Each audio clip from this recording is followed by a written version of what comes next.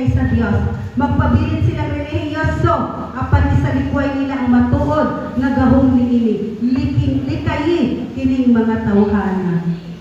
So this is a warning. No, nag-warning si Apostle Paul ba kay kining mga tawhana. So sa tuwa karon nakapabalik garboso.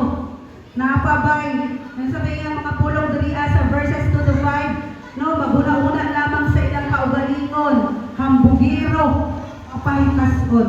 No, this is a warning of Apostle Paul to Timothy na siya, Timoteo, pagpalayo itaw na ng mga tawhana. Kaya nga rin soon, sige taguban sa mga tao ngayong ani. Nakabantay ba mo nga naging tendency nga mahimo tagsama nila. No? The spirit na naa sa ilaha mag-contaminate, magtakod-takod sa atoa. Hello? No. Makainan ka ba that bad people corrupts good character? Bantay kinsa yung higala igsoon. Kinsa man ang imo ang mga higala.